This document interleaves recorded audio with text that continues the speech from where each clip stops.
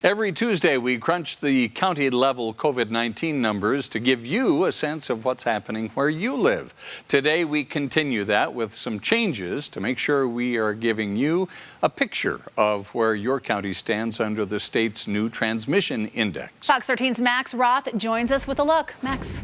Yeah, guys, you know, the new transmission index is pretty straightforward, but they haven't yet made it easy to track down the information. In fact, some of it's just not available. But we found everything we could, and it looks like Utah may add a couple of very big counties to the list of those in high transmission zones.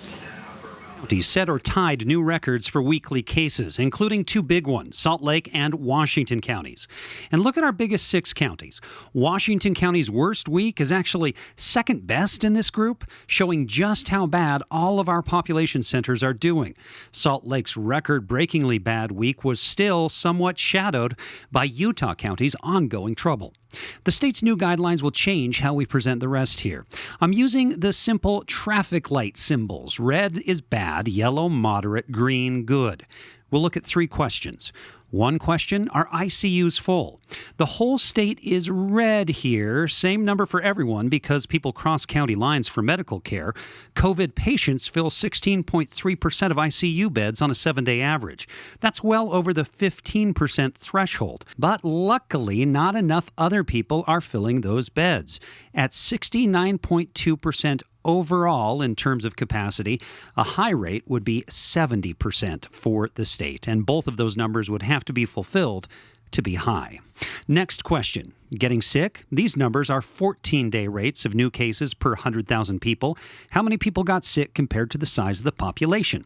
17 counties are in the red for high transmission, so those 17 meet one of two criteria for a high transmission index. And the last question, are you testing enough? The state is not sharing county-level data on this yet, and only some counties do. But from what we found, Salt Lake would stay red. We don't know the right numbers for Cache, Utah, Juab, Garfield, and Wasatch counties currently in red, and Washington and Davis County may be poised to enter the high transmission category.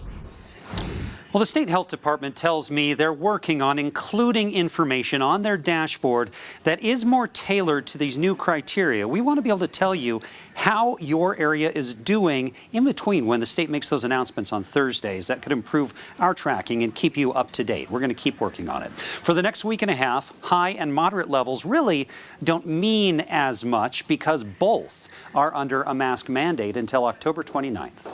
Live in the newsroom, Max Roth, Fox 13 News, Utah.